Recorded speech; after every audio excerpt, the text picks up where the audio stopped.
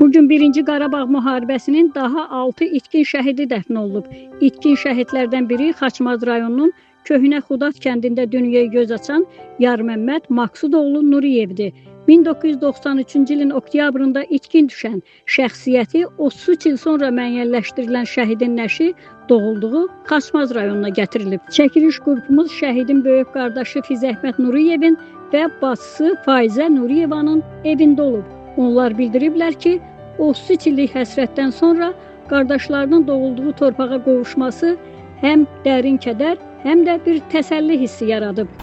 Əsgərliğini çəkib gəlmişdi, aradan neçə illər keçəndə bu hadisələr baş verdi. Sonra o da neft daşlarında işləyirdi. Gəlirdi evə, işə qayıtırdı.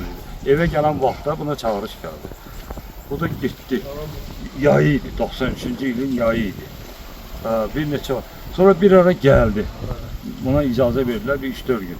O da çəkdi harca oktyabr ayının əvvəlləri, 93-cü ilin oktyabr ayının əvvəlləri. Gəldi, o vaxt dedi ki, biz olduğumuz yerdə ateşkəsdir.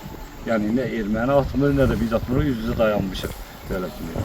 Və getdi, harca bir 20 gündən sonra xəbərlərdə işitdik ki, ermənilər qəfil hücuma keçib, bunlarda olan yeri alıblar. Elə kimi olub, ondan bu yana bundan xəbər oldu. Hansı əraziydi ora? Cəbrayıl rayonu, Uyucaq kəndi. Qardaşımın tapılıb, üzə çıxmağında kimin əməyi varsa, hamısını minnətdarım.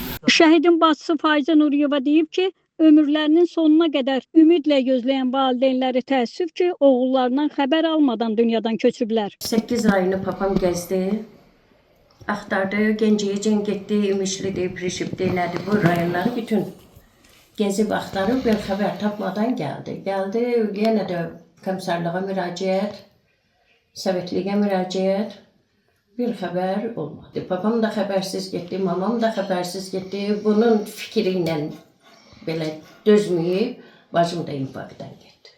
Şəhidin əmisi qızı Sevil Sultanova ailə adından şəhidin qalıqlarının müəyyən olunması istiqamətində əməyi keçən hər kəsə minnətdarlığını ifadə edib. Bir yerdə, bir həyətdə, bir evin içində böyümüşük, gözümüzün qabağında getdim. Gedəndən də əmim hər yeri axtardı, hər yeri atamla bircə. Bir dənə ölüm xəbəri, ya diri xəbəri çıxmadı. Əmimin yoldaşı da, əmim də gözü yolda getdilər, dünyasını dəyişdilər oğullarının həsrəti ilə. Nə deyərəm, bu günləri mən vallahi bilmirəm sevinim, bilmirəm kədərlənim, elə bir vəziyyətdəyik ki, bilmirəm qardaşıma gözün aydın deyim, bilmirəm Allah rəhmət eləsin deyim. Qeyd edək ki, Yarməmməd Nuriyevin qalıqları uzun illər İmişli rayonu ərazisində naməlum əskər kimi dəfn olunmuşdu.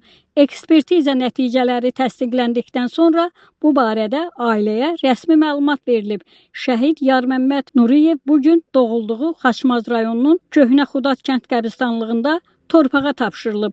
Başını dik tut şəhid bacısı. Başını dik tut şəhid bacısı. Qardaşın ölməyi ürəyimizdədir. Qardaşın ölməyi ürəyimizdədir. Ateş! Doldur! Aytəkin Alxaslı Vüqar Ağayev, Bizim Media, Şimal Bürosu.